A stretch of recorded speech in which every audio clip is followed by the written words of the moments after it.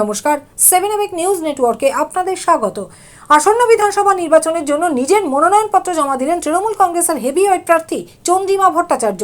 এবারও উত্তর দমদম বিধানসভা কেন্দ্র থেকে প্রার্থী হিসেবে তার উপরেই ভরসা রেখেছে তৃণমূল কংগ্রেস। আজ ব্যারাকপুর প্রশাসনিক ভবনে মনোনয়নপত্র পেশ করেন রাজ্যের বিদায়ী অর্থমন্ত্রী। মনোনয়নপত্র ঘিরে প্রশাসনিক ভবন চত্বরে কড়া নিরাপত্তার ব্যবস্থা করা হয়। উল্লেখ্য, নির্বাচন কমিশনের বিজ্ঞপ্তি অনুযায়ী রাজ্যের 2 দফার বিধানসভা নির্বাচনে প্রথম দফা হবে আগামী 23 এপ্রিল এবং দ্বিতীয় দফা হবে আগামী 29 এপ্রিল। 4 মে ফলাফল ঘোষণা।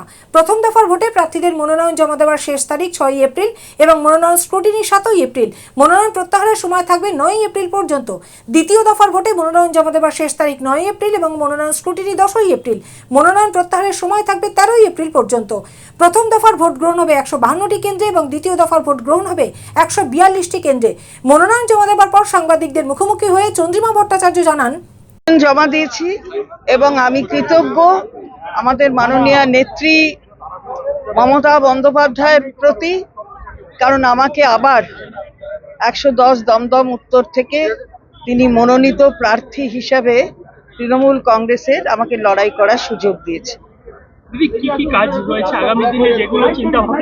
সে কাজের কথা কাজের সময় বলবো। আজকে মনোনয়ন হয়ে গেছে, মনোনয়ন কাজ প্রচুর হয়েছে এবং কাজের অবশ্যই উন্নয়নের সীমা থাকে না, আরো সময়ের সাথে তাল রেখে যা যা করবার সেগুলো আমরা করব। প্রত্যাশা হচ্ছে মানুষ আমাদের সরকারের উপর আস্থা রাখবেন, মাননীয় মুখ্যমন্ত্রীর উপর আস্থা রাখবেন এবং তাকেই আবার 4 তারিখে মে মাসে নবান্নে পাঠাবেন এবং সেই পাঠানোতে তিনি যে ঝোলা ব্যাগটা কাঁধে নিয়ে যাবেন তাতে যতগুলো বিধায়কের সংখ্যা থাকবে তার মধ্যে দমদম উত্তরও থাকবে। নিরাপত্তা করেছে এখন সবটাই ইলেকশন কমিশনের ওপর, আপনাদের দেখেছেন। অবশ্যই বাড়বে, এই বিষয়ে কোনো সন্দেহ নেই। যা বলেছে আমাদের দলের পক্ষ থেকে আমরাও বারবার বলেছি, 50-এরও নিচে ওদের চলে যাবে। রাজা দে এবং শ্যামল পালের রিপোর্ট, 7 নিউজ নেটওয়ার্ক। জয় হিন্দ।